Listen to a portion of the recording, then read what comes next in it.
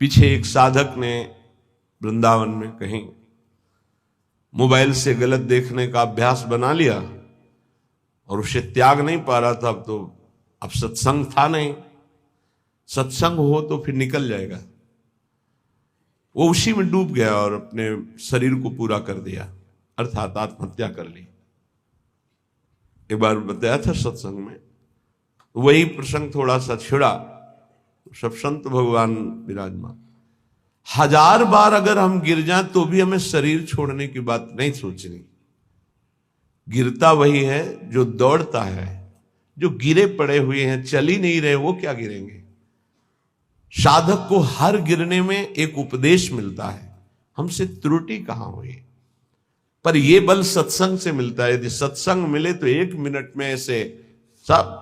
निराश नहीं होना किसी भी साधक को। ध्यान रखना, हमारा बल भगवान है। कोई हम में त्रुटि है, कोई अभिमान है, कीन हो इस कभों अभिमाना, सुख हो वंचा कृपा निधाना। बहुत ये गूढ़ बात है। साधक में कहीं ना कहीं थोड़ा जितेंद्रियता का, साधुता का, दिव्यता का अभिमान हो जाता है। उसका नाश करने के लिए उसको घुटने टेकने पड़ते हैं माया के आगे।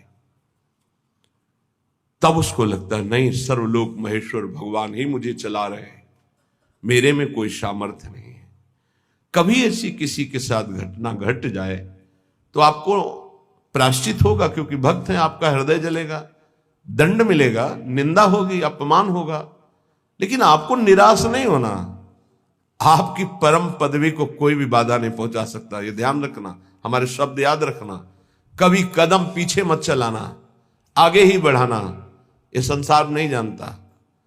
तभी हम कहते हैं कि संतों के पास बैठकर जो सुना जाता है उनके अनुभव सुने जाते हैं। शास्त्रों में तो सब लिखा ही है, लेकिन जो शास्त्रों में लिखा है उसका उन्होंने साक्षात्कार किया है, फिर अनुभव करके बोल रहे। तो इस बात को समझे।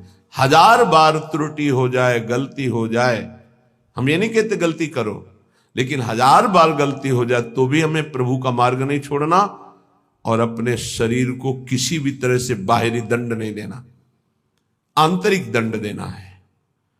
उपवास के द्वारा, कम आहार के द्वारा, परिक्रमा, नाना प्रकार की तपस्या का अनुष्ठान करके भस्म कर दो अपनी वासना को और प्रभु को प्राप्त करो।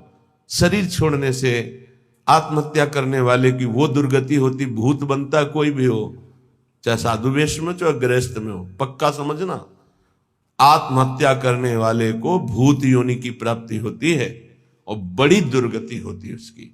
एक